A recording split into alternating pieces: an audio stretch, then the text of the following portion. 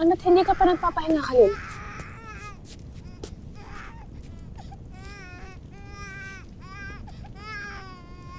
Alena.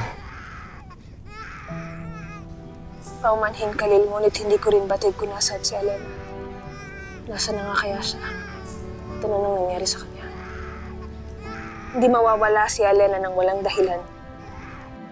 Kaya't kung nasaan man siya ngayon, nakatitiyak ako na gumagawa lang siya ng paraan upang makabalik dito.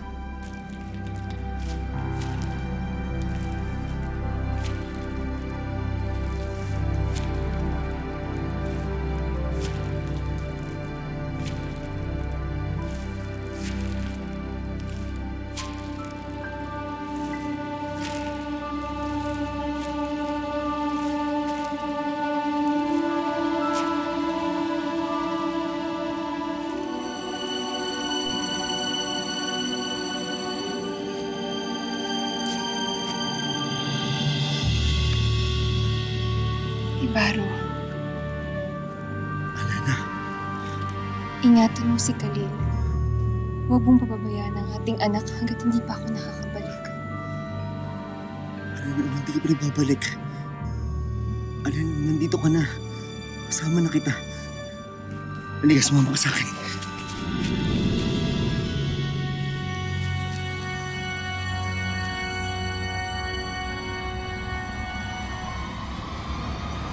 Alena!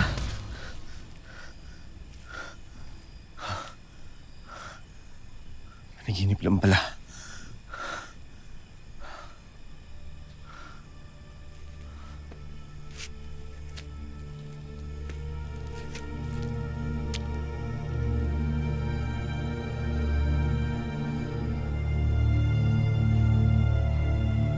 Hindi lang siya isang basta panaginip lamang.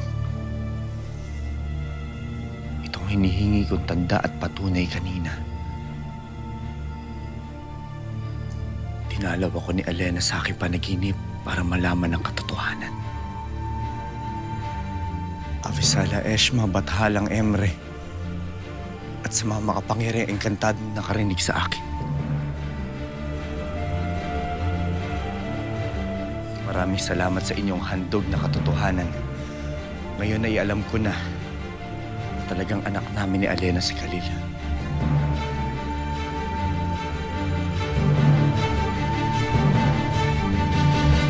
Ibibigay ko siya sa iyo, Mandirigma. Kung mananakaw mo ang isa sa mga brilyanteng hawak ni Amihan o ni Danaya. Huwag mo akong utusan ng kataksin ng laban sa aking mga kapanalig, Perena. Paano kung mapatunayan mong anak mo nga siya? Ngunit pinaslang ko na siya pagkat hindi ka nakipagtulungan sa akin.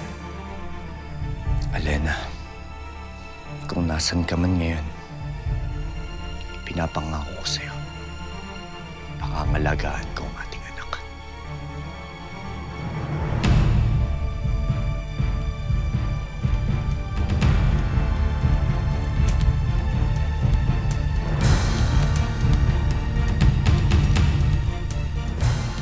Busog? Ay, mahal na, Prinsipe.